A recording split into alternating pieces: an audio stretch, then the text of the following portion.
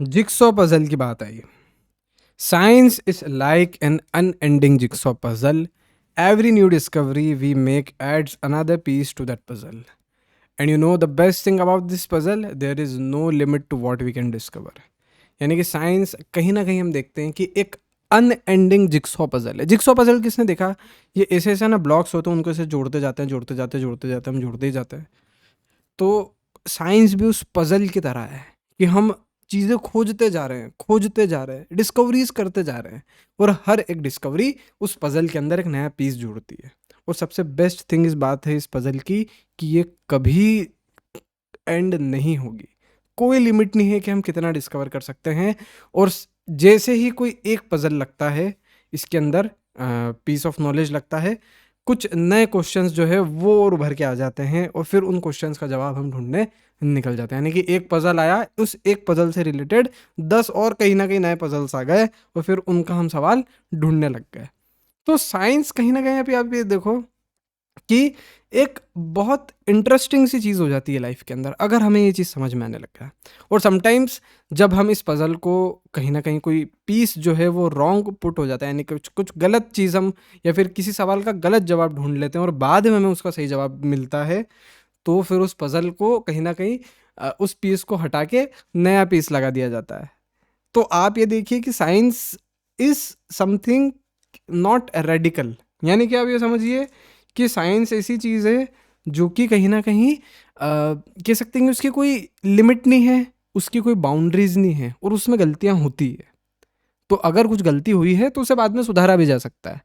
तो कहीं ना कहीं ये जो डिस्कवरी है साइंस में, हम जितने जितने आगे बढ़ रहे हैं, ये हर डिस्कवरी हमारी जो थिंकिंग है और हमारी जो अंडरस्टैंडिंग है इस वर्ल्ड की, वो चेंज करती रहती है.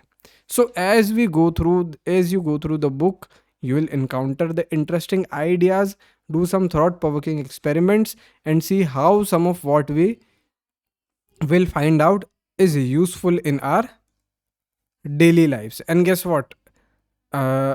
what happens when we discover more and more? We start realizing that these ideas are all connected.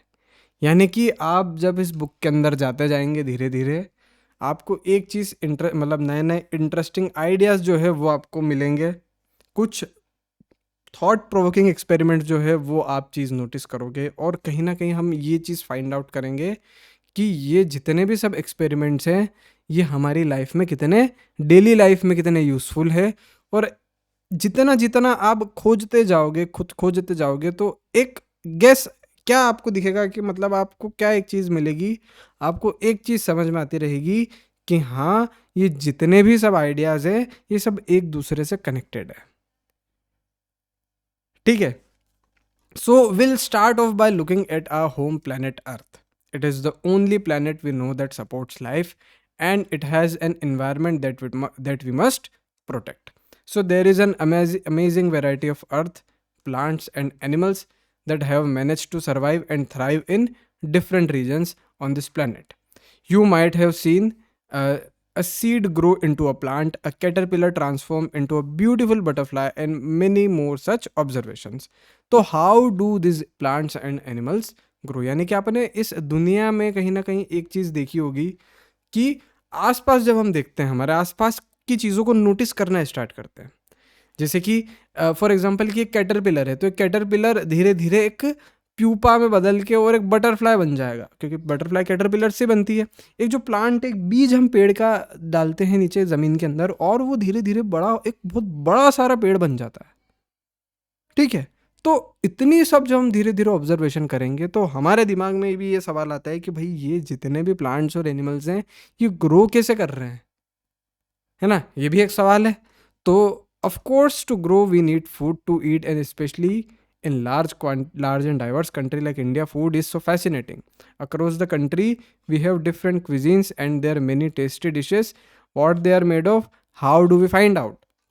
यानी कि कहीं ना कहीं हम फिर इस चीज़ का जवाब ये देखते हैं कि भाई हर चीज़ को ग्रो करने के लिए फूड की ज़रूरत होती है, और इंडिया में तो कहीं ना कहीं अबेंडेंस है फूड की, बहुत डाइवर्स है हमारी कंट्री, तो बहुत सारा खाना में मिलता है, अलग अलग क्विजीन्स होते हैं, बहुत सारी टेस्टी डिशेस है. अभी जो टेस्टी डिशेस है ये कैसे बनती है ना? ये कैसे हम आगे देखें? तो अलॉ और फिर उसके बाद जब खाना हम खाते हैं तो खाने के साथ हमें पानी भी चाहिए, है ना? पानी भी चाहिए सर्वाइवल के लिए। और पानी जो है वो एक डिलाइटफुल सब्सटेंस है। आपने कभी पानी में भी देखा होगा कि जैसे कि पानी आया तो गड्ढे भरा गए, उसमें भी आप कूदे। अब पानी पे आए जैसे ही हम, तो ये समझो कि यार ये पानी जो है, ये पानी कहाँ से आ रहा है ना? और फिर पानी को जब हम देखते हैं तो पानी फ्रीज़ हो जाता है तो वो आइस बन जाता है। जब वो कूल होता है ना? मतलब यानी कि जब उसे हम उबालते हैं तब वो भाप बन जाता है ना? वो फिर ऐसा क्यों होता है कि हाँ भाई, जब हम पानी ठंडा पानी गर्मी में पीते हैं तो हमें अच्छा लगता है, और ठंड के अंदर जब हम गर्म पानी से नहाते हैं तो हमें और अच्छा लगता है। यानी कि गर्मी में हमें ठंडा पानी चाहिए, ठंड में हमें गर्म पानी चाहिए। सो कितना हम मतलब जो हमारा दिमाग है वो कितना कहीं न कहीं हॉट और कोल्ड को अंडरस्टैंड कर पाता है। तो आप ये समझिए कि हम ये जानवरों के खाने से स्टार्ट हुए थे, उसके बाद हम पानी पे चल हमारे खाने पे आए, फिर पानी पे चले गए, अब पानी के बारे में हम जानने लग गए। तो साइंस कुछ इस तरीके से ही काम करता है। तो कहीं न कहीं हम ये चीज़ देखते हैं कि जो अ, साइंस है वो एक तरीके से सोचने की एबिलिटी है, एक तरीके से सोचने का तरीका है ना? सोचने का, हमारे सवाल के जवाबों को जानने का एक तरीका है। तो अब और आगे अगर हम इस चीज़ में बढ़ें कि हमें कोई पानी गर्म लगता है, कोई पानी ठंडा लगता है, ठीक है? तो हमें कितना पानी जो है वो गर्म होगा तब हमें गर्म लगेगा, और कितना पानी जो है वो ठंडा होगा तब हमें ठंडा लगेगा, ठीक है?